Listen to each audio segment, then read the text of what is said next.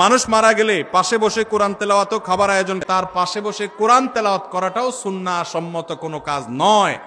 আমাদের দেশে মানুষ মারা গেলে লাশটাকে মাটিতে বা খাটে রেখে চারপাশে হাফেজ সাহেবদেরকে এনে কোরআন তেলাওয়াত করানো হয়। এটা শরিয়া সম্মত কোনো কাজ নয়। কেন?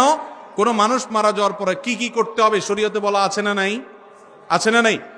মুর্দার লাশের চারপাশে বসে কোরআন তেলাওয়াত করতে হবে, এরকম কোনো হাদিস তো আমি পাই নাই। এটা কোত্থেকে আসলো?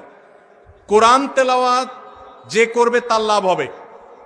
আল্লাহ কোরআনে বারবার বলেছেন, ও আল্লাহ ইনসানে ইল্লা মা সাআ। যে কোরআন শোনাচ্ছি তাহলে ওমা আনতা বিমুসমিইন মান ফিল কুবুর, আপনি তেলাওয়াত শোনাবেন জীবিত মানুষকে, মৃত মানুষকে তেলাওয়াত শুনিয়ে কোনো ফায়দা হবে না। এর সওয়াব হবে জীবিত অবস্থায় শুনলে।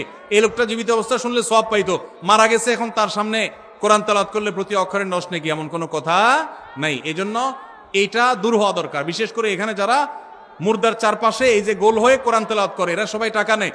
তেলাওয়াতের বিনিময়ে টাকা গ্রহণ করা সারাসার হারাম। যে দেয় সেও হারাম করে, যে নেয় সেও হারাম করে। খতমের নাম দিয়া অনেক এলাকাতে এখনো অনেকে হারাম।